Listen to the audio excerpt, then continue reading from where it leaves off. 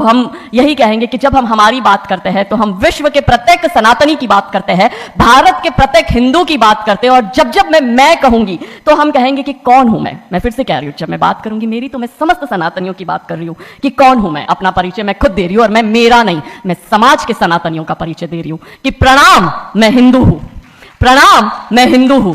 रुद्राक्ष की माला मैं भी मैं हूं, कृपान कटार और भाला मैं भी मैं हूं, श्वेत भी हूं और शुद्ध भी मैं हूं, विरुद्ध हो मेरे तो युद्ध भी मैं हूं, इतिहास में बहा आंसू और खून भी मैं हूं, अब जो कह के मिलेगा वो सुकून भी मैं हूं, कि इस धरती का मैं केंद्र बिंदु हूं, प्रणाम, मैं हिंदू हूं।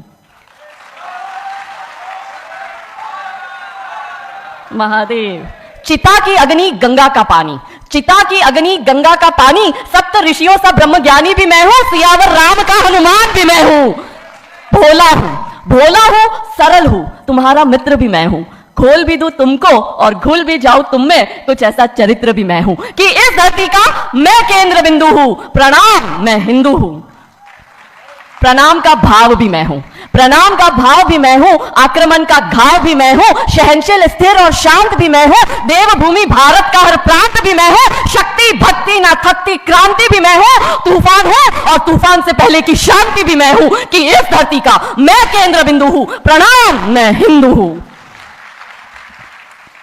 और क्योंकि आज हमारा विषय जो हमें दिया गया है वो सभ्यता संस्कृति को नष्ट कर देने वाले सेंसर बोर्ड के विषय में है, और जब जब हम सेंसर बोर्ड की बात करते हैं तो दिमाग में पहला भाव आता है बॉलीवुड का, ओटीटी प्लेटफॉर्म्स का। इस देश को जितना बर्बाद इस्लामिक आक्रमणकारियों ने नहीं किया, इस देश को जितना बर्बाद ईसाई आक्रमणकारियों ने नहीं किया, उससे ज्यादा बर्बाद यदि इस देश को कोई कर रहा है तो वो इस देश की बॉलीवुड की फिल्में कर रही है। लड़ाई पूरी नैरेटिव की है, ये पूरी लड़ाई आइडियोलॉजी की है। कैसे हमारे दिमाग को खराब करते हैं। हमें बचपन से ये बताया गया कि मुगल ने देश पर आक्रमण किया, नहीं, देश पर आक्रमण मुसलमानों ने किया था।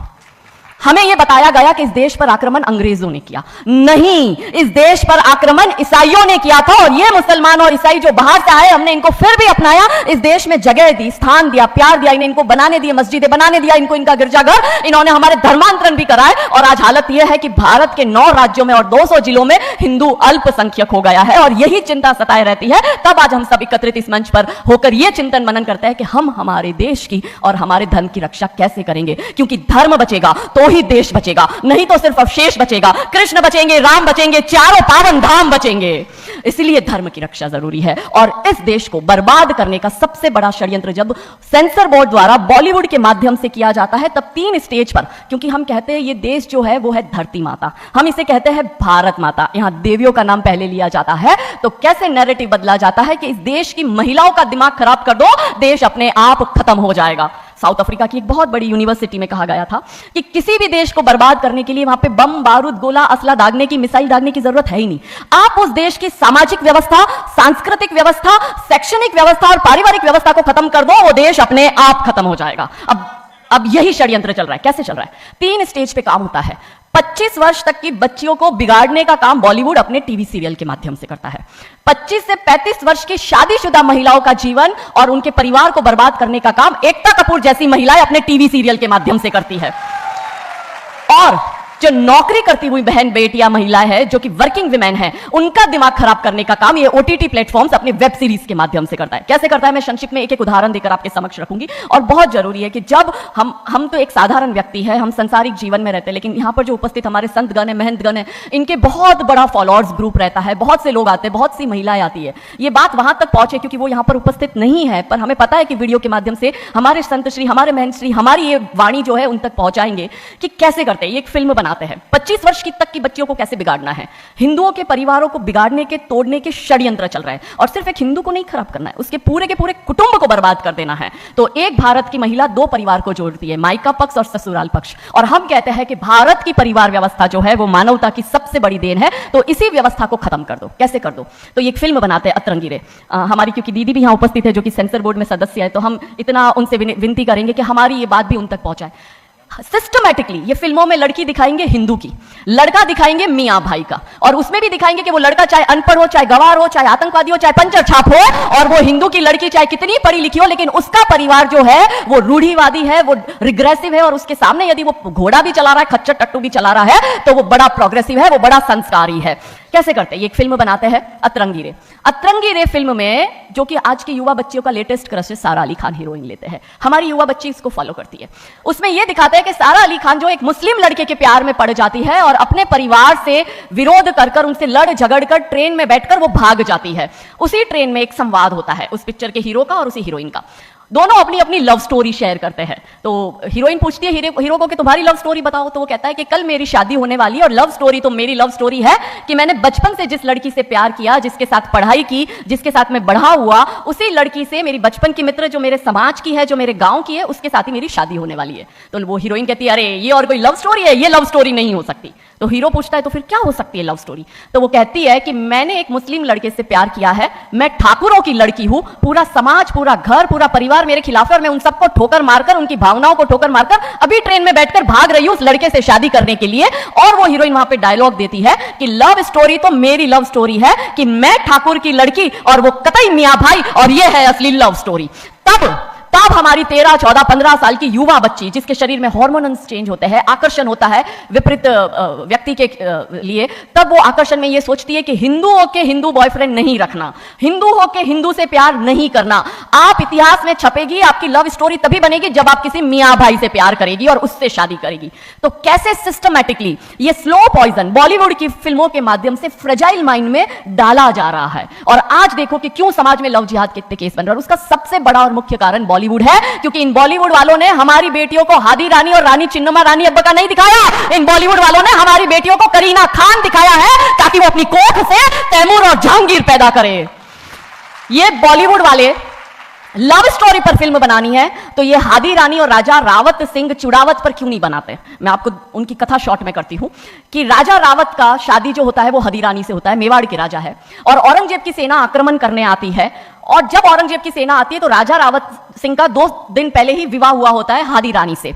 तो राजा जी की इच्छा नहीं होती कि मैं युद्ध लड़ने जाऊं। तो हादी रानी बड़े क्रोधित होते हैं। वो कहते तुम मेरी चिंता छोड़ो, तुम अभी इस मातृभूमि की रक्षा के लिए, इस धर्म की रक्षा के लिए आप युद्ध भूमि में जाओ और आप मेरी चिंता मत करना। यदि आप बलिदान भी हो जाओगे तो मैं प्राउडली अपने आप को आपकी विधवा कहूंगी। तब राजा रावत युद्ध लड़ने जाते हैं। युद्ध भूमि में राजा रावत जी को हादी रानी की बहुत याद आती है, क्योंकि नई नई शादी हुई होती है तो नई बियाई दुल्हन को छोड़ के आए होते हैं, तो बहुत याद करते हैं। तो वो अपने दूत को कहते हैं, अभी सेना आने में समय होता है और युद्ध में भी समय होता है, तो वो कहते हैं अपने दूत को कि जा तू रानी सा के पास जा महल में और उनसे कहे कि राजा जी को आपकी बहुत याद आ रही है, आप अपनी कोई एक निशानी उनके लिए भेजो। दूत भी बड़ा टेंशन में आ गया कि ये युद्ध भूमि में बैठे और इनको हादी रानी की याद आ रही है, ये युद्ध लड़ेंगे कैसे और जीतेंगे कैसे। पर वो दूत डरते डरते पहुंचा रानी सा के पास और रानी सा को कहता है कि राजा रावत जी ने आपकी एक निशानी मंगाई है, उनको आपकी बहुत याद आ रही है। तो रानी सा बहुत क्रोधित हो जाते हैं कि ये मेरा पति कैसा, ये युद्ध लड़ेगा कैसे, औरंगजेब की इतनी बड़ी विशाल सेना है, यदि जहां युद्ध भूमि में बैठकर उसको रणनीति बनानी है वहां वो मेरी निशानी मंगवा रहा है। तब हमारी हादी रानी क्रोधित होती है, हाथ में तलवार लेती है, अपनी गर्दन काटती है, थाल में सजा के दूत को देती है और कहती है जा तेरे राजा को जाके दे देना मेरी निशानी। तब वो दूत युद्ध भूमि में जाता है, राजा जी को हादी रानी की निशानी यानी कि उनका कटा हुआ मुख देता है। राजा जी बड़े दुखी हो जाते हैं, उनको लगता है उनसे बहुत बड़ी गलती हो गई। राजा जी रानी की अंतिम इच्छा समझ जाते हैं। रानी जी के लंबे बाल होते हैं, उन बाल की वो माला बनाते हैं, उनके मुख की माला बनाते हैं, वो युद्ध लड़ते हैं, औरंगजेब से युद्ध जीतते हैं और जीतने के बाद राजा रावत वहीं युद्ध भूमि में अपना बलिदान देते हैं, अपनी गर्दन काटकर वहीं अपने जीवन का त्याग करते हैं। यह है लव स्टोरी। पर बॉलीवुड इस पर फिल्म नहीं बनाएगी कि इतिहास चुराए नहीं है, हमने इतिहास बनाए हैं और लाखों शीश कटे हैं रण में, तब जाके हिंदू कहलाए हैं। यह महान गौरवशाली इतिहास हमारा, पर बॉलीवुड इसका इतिहास हमारे समक्ष आने नहीं देता। अब रहा 25 से 35 वर्ष की महिला, कैसे बिगाड़ती है एकता कपूर। वही sari, typical dress, typical getup, पीछे उसकी सीरियल में एकता कपूर की सीरियल में पीछे बहुत बड़ी अंबे मां की मूर्ति। दिखाएंगे कैसे हिंदू महिला को, क्योंकि परिवार खत्म करना है हिंदुओं का। तो वो एक से प्यार करेगी, शादी दूसरे से करेगी, जीवन में तीसरा पुरुष आएगा, फिर दूसरा मर जाएगा, फिर उसको चौथा पसंद आने लगेगा, फिर जो मर गया वो जिंदा हो जाएगा, फिर कंफ्यूज हो जाएगी किसके साथ जाऊं, दूसरे के साथ कि चौथे के साथ। क्या हमारी भारतीय महिलाएं, क्या हमारी हिंदू महिलाएं, सबसे बड़ा प्रश्न यह है कि क्या हम 4-4 पुरुषों के साथ अफेयर करते हैं? क्या यह हमारा सम्मान है? और अगर यदि हम सब एक होकर इसके लिए नहीं बोलेंगे तो यह आवाज नहीं उठेगी। और दुख की बात यह है कि ऐसी एकता कपूर जैसी महिलाएं जो घर तोड़ने का काम कर रही है, इनको पद्मश्री अवार्ड मिल जाता है। कैसे मिलता है? भारत सरकार से इस भूमि पर खड़े होकर मैं निवेदन करती हूं कि आप ऐसी महिलाओं के पद्मश्री वापस लो, क्योंकि ये महिलाएं हिंदू परिवारों के मकान, घर तोड़ने का काम कर रही है।